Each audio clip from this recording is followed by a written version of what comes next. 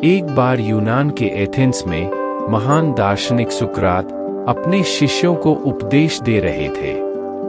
तभी वहां एक धनी व्यक्ति सुकरात से मिलने के लिए पहुंचा। उस व्यक्ति को अपनी धन दौलत का बहुत अभिमान था।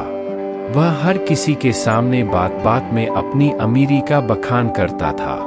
सुकरात के पास भी वह अपनी संपत्ति का गान करने लगा, लेकिन सुकरात ने उस व्यक्ति की ओर ध्यान नहीं दिया। वे अपने काम में लगे रहे। उस धनी व्यक्ति को समझ आ गया कि सुकरात ने उसे नजरअंदाज कर दिया है।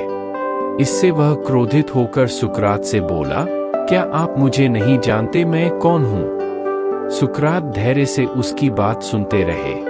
बहुत देर तक जब वह व्यक्ति चुप नहीं हुआ तो सुकरात उस व्यक्ति को वहीं अपनी कुटिया में दीवार पर टंगे विश्व के मानचित्र के पास ले गए और उससे बोले, बताओ इस नक्शे में यूनान कहाँ है? धनवान व्यक्ति ने यूनान की जगह अपनी उंगली रखते हुए कहा, ये रहा। उसके बाद सुकरात ने पूछा, अब बताओ इसमें एथेंस कहाँ है? धनी व्यक्ति ने कहा कि दुनिया के नक्शे में तो एथेंस एक बिंदु की तरह है। उसने एथेंस पर उंगली रखी और कहा, ये एथेंस है। फिर सुकरात ने उससे पूछा, अब बताओ इस एथेंस नगर में तुम्हारा आलीशान महल कहाँ है? उस व्यक्ति ने कहा, दुनिया के नक्शे में एथेंस तो खुद ही एक बिंदु है, इसमें मेरा महल कैसे दिख सकता है? सुकरात ने फिर पूछा, जब इस नक्शे में तुम्हारा घर ही नहीं दिख रहा है तो तुम अपने आलीशान घर में कहाँ हो? ये नक्शा तो एक पृथ्वी का है। इस ब्रह्मांड में ऐसी अनंत पृथ्वियां हैं, अनंत सूर्य हैं। इन सब में तुम कहाँ हो?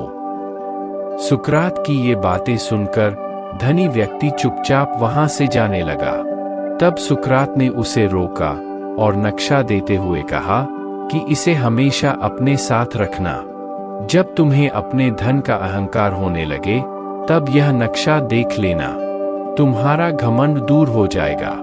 सुकरात ने कहा कि अब तुम्हें समझ आ गया होगा कि इस ब्रह्मांड में हम कुछ नहीं है। हमारा झूठा अहंकार ही हमारे दुखों का मूल कारण है। इसे जितनी जल्दी छोड़ देंगे उतना ज्यादा अच्छा रहेगा।